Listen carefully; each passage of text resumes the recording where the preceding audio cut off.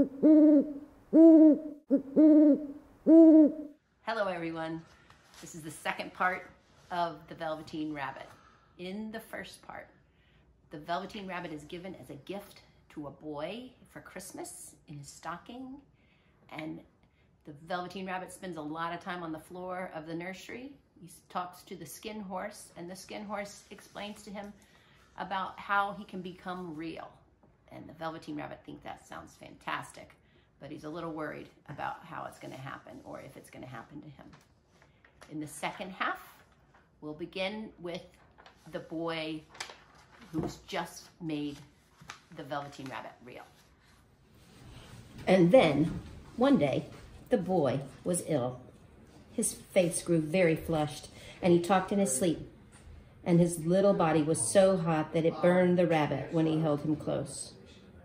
Strange people came and went in the nursery, and a light burned all night, and through it all, the little Velveteen Rabbit lay there, hidden from sight under the bedclothes. And he never stirred, for he was afraid that if they found him, someone might take him away, and he knew that the boy needed him. It was a long, weary time for the boy, was too ill to play, and the little rabbit found it rather dull with nothing to do all day long. But he snuggled down patiently and looked forward to the time when the boy should be well again, and they would go out in the garden amongst the flowers and the butterflies and play splendid games in the raspberry thicket like they used to.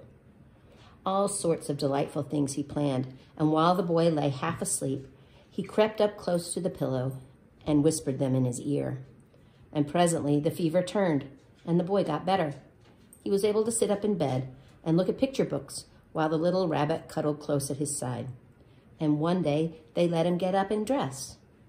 It was a bright sunny morning, and the windows stood wide open. They had carried the boy out on the balcony, wrapped in a shawl, and the little rabbit lay tangled up among the bedclothes, thinking. The boy was going to the seaside tomorrow.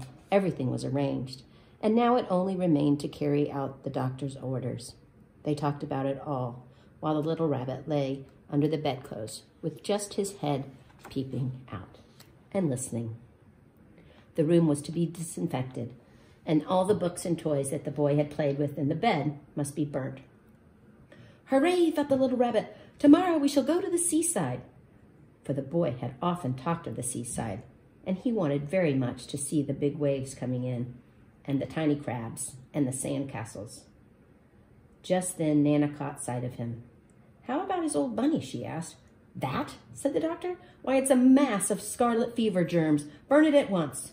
What? Nonsense. Get him a new one. He mustn't have that any more.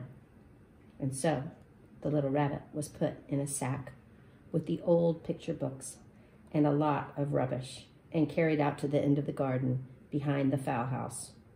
That was a fine place to make a bonfire, only the gardener was too busy just then to attend to it. He had the potatoes to dig and the green peas together, but next morning he promised to come quite early and burn the whole lot. That night, the boy slept in a different bedroom, and he had a new bunny to sleep with him. It was a splendid bunny, all white plush with real glass eyes, but the boy was too excited to care very much about it, for tomorrow he was going to the seaside, and that in itself was such a wonderful thing that he could think of nothing else. And while the boy was asleep, dreaming of the seaside, the little rabbit lay among the old picture books in the corner behind the fowl house, and he felt very lonely. The sack had been left untied, and so by wriggling a bit, he was able to get his head through the opening and look out. He was shivering a little, for he had always been used to sleeping in a proper bed, and by this time his coat had worn so thin and threadbare from hugging that it was no longer any protection to him.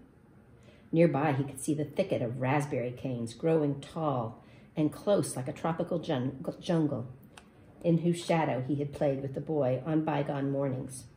He thought of those long sunlit hours in the garden, how happy they were, and a great sadness came over him. He seemed to see them all pass before him, each more beautiful than the other. The fairy huts in the flower bed, the quiet evenings in the wood, when he lay in the bracken and the little ants ran over his paws, the wonderful day when he first knew that he was real. He thought of the skin horse, so wise and gentle, and all that he had told him. Of what use was it to be loved and to lose one's beauty and become real if it all ended like this? And a tear, a real tear, trickled down his little shabby velvet nose and fell to the ground. And then a strange thing happened, for where the tear had fallen, a flower grew out of the ground, a mysterious flower, not at all like any that grew in the garden. It had slender green leaves the color of emeralds, and in the center of the leaves, a blossom like a golden cup. It was so beautiful that the little rabbit forgot to cry and just lay there watching it. And presently the blossom opened, and out of it there stepped a fairy. She was quite the loveliest fairy in the whole world. Her dress was of pearl and dewdrops, and there were flowers round her neck and in her hair, and her face was like the most perfect flower of all. And she came close to the little rabbit and gathered him up in her arms and kissed him on his velveteen nose that was all damp from crying. "Little rabbit," she said, "don't you know who I am?" The rabbit looked up at her, and it seemed to him that he had seen her face before, but he couldn't think of where. "I'm the nursery magic fairy," she said. "I take care of all the playthings that the children have loved. When they are old and worn out and the children don't need them anymore, then I come and take them away with me and turn them into real." "Wasn't I real before?" asked the little rabbit. "You were real to the boy," said the fairy, "because he loved you. Now you shall be real to everyone." And she held the little rabbit close in her arms and flew with him into the wood. It was light now, for the moon had risen, and all the forest was beautiful, and the fronds of the bracken shone like frosted silver. In the open glade between the tree trunks, the wild rabbits danced with their shadows on the velvet grass. But when they saw the fairy, they all stopped dancing and stood around in a ring to stare at her. "I've brought you a new playfellow," the fairy said. "You must be very kind to him and teach him all he needs to know in Rabbitland, for he is going to live with you forever and ever." And she kissed the little rabbit again and put him down on the grass. "Run and play, little rabbit," she said. But the little rabbit sat quite still for a moment and never moved, for when he saw all the wild rabbits dancing around him, he suddenly remembered about his hind legs, and he didn't want them to see that he was made all in one piece. He did not know that when the fairy kissed him that last time, she had changed him altogether. And he might have sat there a long time, too shy to move, if just then something hadn't tickled his nose. And before he thought what he was doing, he lifted his hind toe to scratch it. And he found that he actually had hind legs.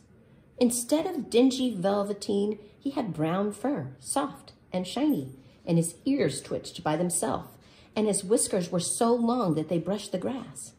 He gave one leap, and the joy of using those hind legs was so great that he went springing about the turf on them, jumping sideways and whirling around as the others did. And he grew so excited that when at last he did stop to look for the fairy, she was gone. He was a real rabbit at last, at home with the other rabbits. Autumn passed, and winter, and the spring. When the days grew warm and sunny, the boy went out to play in the wood behind the house. And while he was playing, 2 rabbits crept out of the bracken and peeped at him. One of them was brown all over, but the other had strange markings under his fur, as though long ago he had been spotted, and the spots still showed through. And about his little soft nose and his round black eyes, there was something familiar, so that the boy thought to himself, "Why, he looks just like my old bunny that was lost when I had scarlet fever."